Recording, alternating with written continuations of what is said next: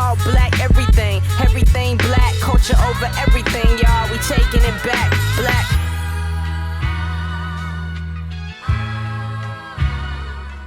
Welcome to Left of Black. I'm your host, Anthony Neal. We're joined today by Professor Aisha Beliso-De Jesús, the Olden Street Professor of American Studies at Princeton University. She's the author of Electric Santeria, Racial and Sexual Assemblages of Transnational Religion, published by Columbia University Press in 2015. And she joins us today to talk about her latest book, Excited Delirium, Race, Police, Violence, and the Invention of a Disease, published by our friends at Duke University Press in 2024. Eddie Glaude writes of Excited Delirium, at once painful, intimate, and full of insight. Aisha Beliso-De Jesús' powerful book sits at the intersection of memoir, anthropology, and religious studies.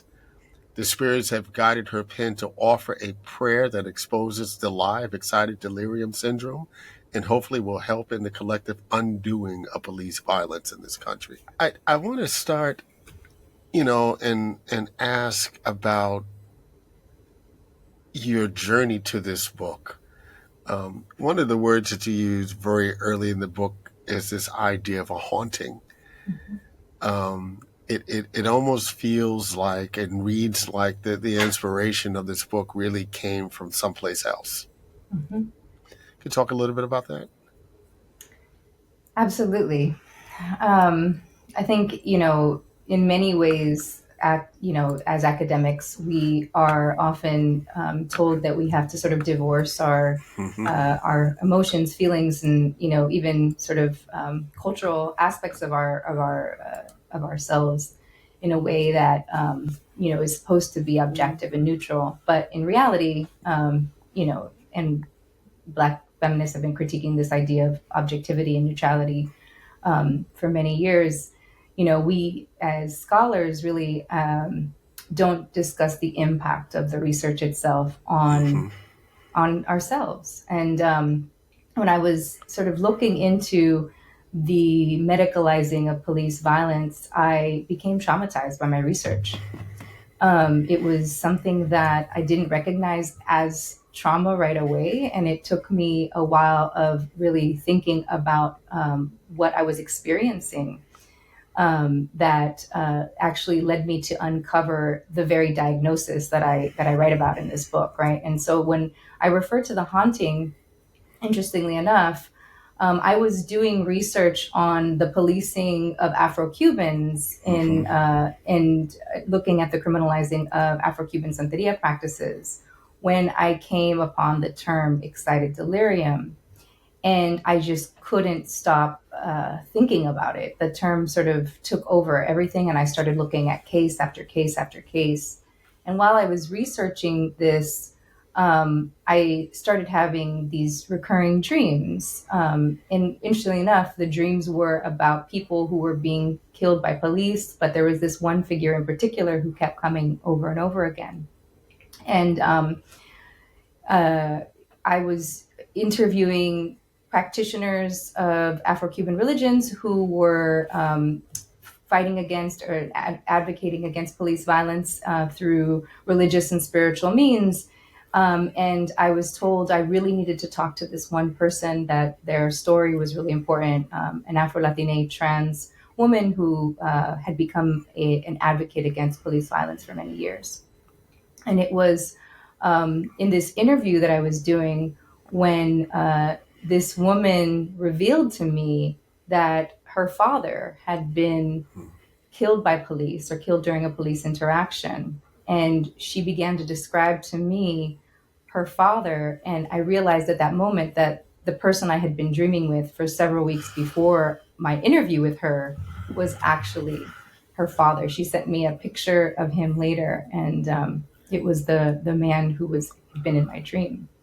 So I start the book with the haunting, right? On a number of layers and levels of this research, I ended up encountering these, spirits of people who had been killed by police violence through the archive, and then also, I think, through my own research. And as someone born and raised in Afro-Caribbean religious practices myself, and in terms of my own family, I ended up turning to my spiritual practices as a way to help with the trauma of the haunting of police violence. I, I'm almost at a loss of words, in response to that. On the one hand, and you talk about this throughout the book, this desire that we often face as scholars of color in the academy to separate our spiritual lives, our emotional lives, an expectation that we're dispassionate and objective in our scholarship. And you seem to be suggesting, that in this particular case, these stories wouldn't allow you to do that, right? It was actually demanding that you brought the tools that you have learned in terms of your own spiritual practices to bring to bear in telling this story. Mm-hmm. And yet we have this idea of excited delirium syndrome, which you say just now, what you say in the book is, in your mind, had to be something that's made up. But what exactly is it? Mm-hmm. And how much of a force and presence has it been in issues and examples of police violence against, people, black and brown folks, people of color, over the last 40 years or so? Right. I think that's crucial. One of the things that was most astounding to me as someone who had been doing research on criminal justice and police violence for many years is I had never heard of the term Mm-hmm. excited delirium syndrome. I think it was almost shocking, and it's not unique. Many people actually have not heard of this term, although Right. it's been used extensively. So the term refers to a medical diagnosis that's been used since the 1980s, that was invented by a medical examiner in Miami who claimed that Black people in particular had a genetic defect to spontaneously die around police officers on small doses of cocaine, and then later expanded that to include methamphetamines and other drugs. And this syndrome has been used by medical examiners, paramedics, police officers widely, not just in the United States, but across Britain, Canada, even Latin America and the Caribbean. And I think what's really really troubling about excited delirium, right, is it picks up on some of these age-old stereotypes and tropes about Blackness and Black people, right? Mm-hmm. So it's the argument is that Black men become aggressive and sweaty and agitated, and then their heart suddenly fails around police officers. And of course, what this diagnosis does not acknowledge, right, is that most of the cases in that are diagnosed or claimed to be excited delirium are also those put in forceful restraints by police officers, carotid chokeholds, hogtied, multiple officers kneeling upon people's bodies, as well as tasers, right, that have been used with the syndrome. And so what ends up happening is, because the syndrome itself is supposed to be based on the accounts, right, of who was at the scene, right, because this is not a diagnosable in the sense that you can autopsy excited delirium, right? It's similar to sudden infant death syndrome, where it's based off of what people said happened at the scene. And so what that means is that it's based off of what police officers say happen at a scene, right? Because in this case, most of the people, actually all of the people who have excited delirium, are considered to be the fault, or to blame for their own deaths. And of course, right, this syndrome becomes most widely sort of disputed and recognized after the death of George Floyd, Mm-hmm. who was characterized as a potential excited delirium, and excited delirium syndrome was even used in Derek Chauvin's defense, right, at the trial. And it's really not until the world sees the video, right, of Floyd being knelt on, that people realize that this is not a medical incident, right, which is what the Minneapolis Police Department had attempted to argue in the beginning. When I hear your description of excited delirium, in my mind, I think of the testimony of the police officer who killed Mike Brown, Mm-hmm. who said Mike Brown was bulking up, trying to run through bullets. That's right. I hear the discourse of super predators Mm-hmm. in the 1990s to describe the generation of quote unquote crack babies that were coming of age. I even hear, Robert F. Kennedy Jr.'s, Yeah. idea that somehow black folks have unique immune systems, right? And we don't have to be dealt with the same way in terms of a vaccine plan. Mm-hmm. One of the things that you describe in this book and you give evidence of is the way that this is not just police reporting that we're dealing with, right? Police telling the stories of how they killed people. But it's also, a situation where we're looking at the contributions of medical examiners, EMS workers, right? All these folks who also then become experts, right? Particularly in the context of media descriptions of what's happening, paid experts, Mm-hmm. to, as you mentioned, medicalize essentially what is active examples of violence against black folks. For you looking at so many of these stories, right? One of the things I wanted to ask you, when reading this book is how you're feeling, particularly as you begin the book telling the story of your own example of being young and pregnant and dealing with, a situation with police officers. How are you able to write this book and still find some sort of grounding to come out the other side to be able to tell the stories that you tell? Yeah. Wow, that's a difficult one. It's really a difficult one. I think that this example, right, of excited delirium is not new, right, as you pointed out. And I try to contextualize it within the book as well, thinking, right, in the 1990s, the LAPD chief of police, Daryl Gates, Dark argued Gates, yeah. that Black people have a special, were easier to be choked to death, right? Because their larynx was not as strong, right? And their windpipes would crush easier, right? And that was why they died more often by chokehold. So it goes back to, drapetomania, right? And the art and rascality, right? These like long held systems, these medical systems. And I think one of the things that was important for me to reveal in the book was that often we see when it comes to police violence, the discussions really remain within the domain of police or the police department.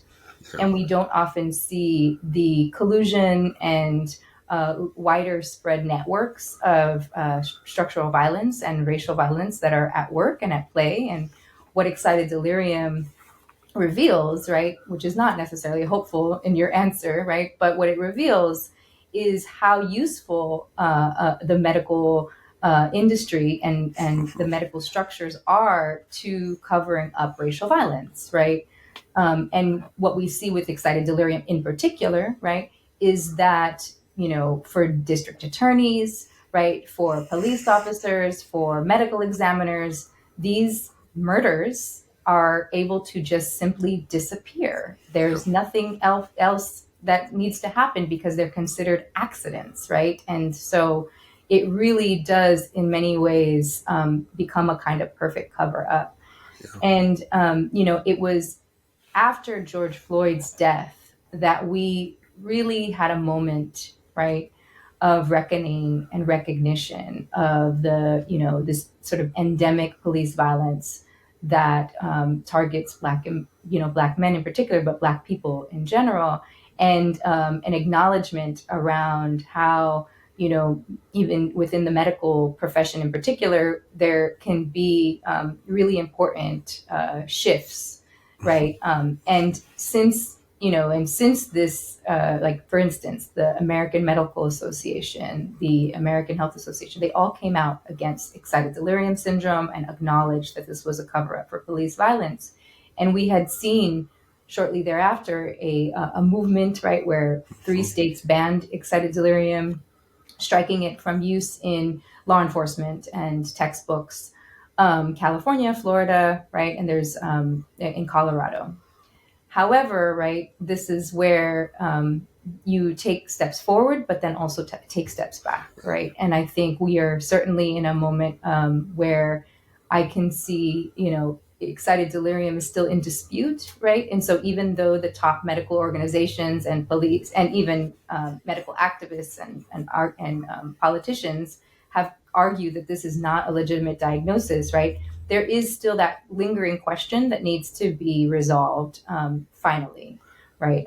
To acknowledge. And unfortunately, with the recent death of Jordan Neely, we see a similar type of medicalization of police violence. Last summer, 30-year-old Jordan Neely, who struggled with homelessness, drugs, and mental illness, entered a subway car in New York City. Witnesses say he was acting erratically, screaming threats to kill. Video captured Penny, a Marine veteran, placing Neely in a chokehold for several minutes. He was later pronounced dead at the hospital. Penny was acquitted of criminally negligent homicide after prosecutors argued he was justified for using some force, but that he used way too much for too long, nearly 6 minutes, they said. I miss my son. My son didn't have to go through this. It hurts. Really, really hurts. It's not the use of the term excited delirium, which is certainly out of favor, but the same practices, right, of utilizing medical diagnoses, right? So in Neely's term, he wasn't necessarily killed by a police officer, but a Marine who put him in a hold, right, a choke hold. And they're arguing that it was his sickle cell, right, with medical that caused this death and also drug use, right, which is, for all intents and purposes, the very same thing that excited delirium was, right? And so it is difficult, right? I think we are in a moment, where it is yet to be seen, right, how our country is going to cope with a number of factors. I think there has been a lot of progress that had been made, especially under the Obama administration's push in regards to policing and the kind of police officers we wanted to see on the street. It is difficult to find hope sometimes, right? And I still look at, just thinking to, for instance, like W.E.B. Du Bois, who was writing during Jim Crow segregation. And at the time, his canonical book, Black Reconstruction, right, was not well received in that moment by the sort of the celebrated scholars of the time. And yet now we look at his work as foundational to understanding history and white supremacy. And so I try to take at least a bit of reflection in thinking about other scholars who have gone through similar periods and who continue to write courageously when the structures of power are not always in favor of truth and justice. Excited delirium syndrome is only really one part of this book. I mean, the other part of the book is looking at how Afro-Latin religious practices, spiritual practices have been used to buttress police violence. Talk a little bit about that dynamic of the book and that dynamic of your research. Thanks. Yeah. It was really, I think, surprising to me to understand that excited delirium syndrome was actually tied to the criminalization of Afro-Cubans in the 1980s. And that had been what I was researching when I came upon the term in the first place. But the medical examiner, right, who is charged with coining the term excited delirium, a man by the name of Charles Wetley, was the Miami-Dade medical examiner at the time who of the 1980 Mariel boat lift, when 125,000 Cubans, many of whom were of African descent, who also were practitioners of Afro-Cuban Santeria, were brought to the United States, and Charles Wetley at that moment was studying, or actually dissecting Afro-Cuban bodies to make the argument that, you know, their tattoos, sort of demonstrated a kind of inherent criminality, right? Similar to other kind of early evolutionist criminologists of the early 19th century. And at the same time, right, that he was sort of making his name for himself in this industry, there was a broader panic tied to the criminalizing of Afro-Cuban religions, which is sort of known now, right, as the Satanic Panic, but really sort of brought together a conspiracy of medical diagnoses and police, to create this sort of fear of alternative practices. And most people know it as like anti-gaming, but it also brought together Afro-Cuban religions, which were diagnosed at that time as sort of cults, which it's in and of itself is a troubling and problematic term. But anyhow, Charles Wheatley was making a name for himself on this cult circuit, right, as part of the Satanic Panic, and was a lucrative industry in law enforcement practices at the time. Well, as he was sort of doing this research, and for lack of a better word, research, because I think it's very loosely defined as research, I try to unpack what this actually looked like in the book. I think you called it a hobby. Right. Yes, exactly. His hobby and his collection, right, of Afro-Cuban bodies, right? Well, at the same time period, 12 Black women are found dead in Miami, right? And these Black women were found, presumably raped and murdered, right? Mm-hmm. And Charles Wheatley actually was able to convince the police, the FBI, the CDC, that these Black women were not raped and murdered as they appeared to be, but rather were what he described of as sort of the outcome of his excited delirium theory, right? He also called it cocaine agitated delirium. He had a number of different terms that he used, right, to diagnose this. And what he argued at the time was that whereas Black men, right, according to his false diagnosis, spontaneously died around police officers, right, spontaneously combusted around police officers, he argued that Black women died spontaneously after cocaine and sex, and he called them cocaine sex deaths, right? And I mean, it's almost incredible to believe, right, that this is it sounds like a bad television show. It sounds like a bad television show from the 1980s, right? And so these Black women and girls, right, their cases were closed, and it's not until a 14-year-old girl, Antoinette Burns, was actually found with no cocaine in her system that led investigators, and then Charles Wheatley's boss, the chief medical examiner at the time, to overturn the cases. And they recognized that this was not, excited delirium or spontaneous cocaine sex deaths, but actually these women were being asphyxiated by a serial killer, right? And so, the sort of the coming together, right, of the ways in which these racial diagnoses and the testing of Black women and Afro-Cubans, right, really culminated in what became excited delirium syndrome, right? And just to add one small point, even after Wheatley is proven false, right, he is now understanding that his theory, his claim that Black people spontaneously die off of small amounts of cocaine is wrong. He doubles down, right? So this is 1989 when they overturned the cases and realized. In 1990 and 1991, he writes a series of articles where he continues to argue that Black men in particular are more prone to die through excited delirium syndrome.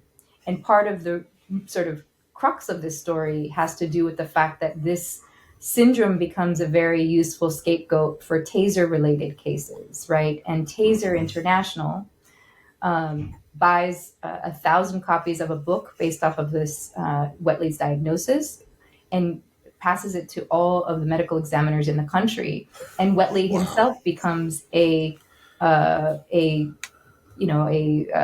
an expert, right, a so-called expert witness and researcher for Taser, and excited delirium becomes used by Taser International to excuse Taser-related deaths. Wow. Were there, as you were doing your research, and this is a two-part question, right? The first part, when you were doing your research on this book, were there any real surprises that you came across? I mean, a kind of moment where you just had to pause and go, wow. Mm-hmm. And the second part is that, were there stories that you weren't able to tell for whatever reason in the context of the book? Yeah. Oh, that's such a good question. Oh my goodness. At so many points, I had surprise after surprise, and it would make me. I think this is the reason why I sort of start the book with like the troubled aspect of like doing this research, because Yeah. I was so kind of both consumed by this, like this, I couldn't believe this was actually true and, still happening right now in the country, right, where we still have, the case of Elijah McClain, right? You know, One of the things that I think people don't realize, right, is Elijah McClain's death is blamed on the fact that he was considered an excited delirium, because the so-called treatment, right, for excited delirium is and was to inject or sedate the person with ketamine. And Elijah McClain, who was a violinist walking home from not doing anything, never charged with a crime, um, stopped by police, put in a carotid chokehold, and they used these code words, right, in trainings to identify people as excited delirium. And what that does is allows police officers to indicate to paramedics that the paramedics should respond as if this person is an excited delirium. And so without even checking Elijah McClain, the paramedics injected him with a dose of ketamine that was too high for his body weight. And he went into cardiac arrest and died as a result of that injection.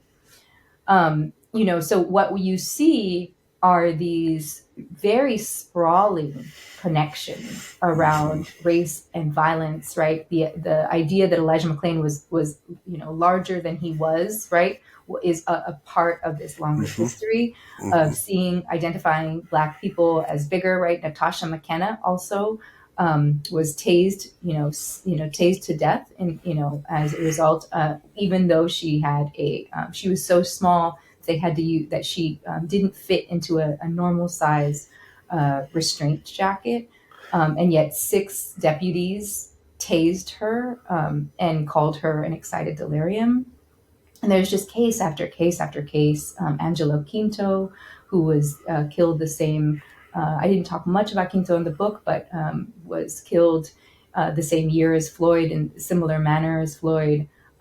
People who cried out for their mothers, and people who cried out that they couldn't breathe. The asphyxiation, and so many deaths kept haunting me throughout this process. And I think at a certain point I needed to realize that I had to also take care of myself as someone who had experienced police violence myself as a youth and a young person in my growing up in the Mission District of San Francisco, and seeing my family and friends subjected to racial violence. It was tough to uncover this history, and I wanted, and it was part of the reason why I actually set aside the book I was actually writing, which is on the criminalizing of Afro-Cubans in particular, to focus on writing about excited delirium syndrome.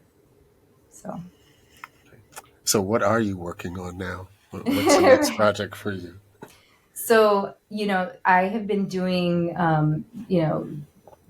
ethnographic research with police officers and practitioners of Afro-Cuban religions on the criminalizing of Afro-Cuban religions in the United States, and looking at questions of animal slaughter and how the targeting of Black and brown religions has a longer history, and how do we think about the active and ongoing persecution of Black religions, and immigrants, right, together. So that's the work that I have been I was had been writing, and there's hints of it in this book for sure.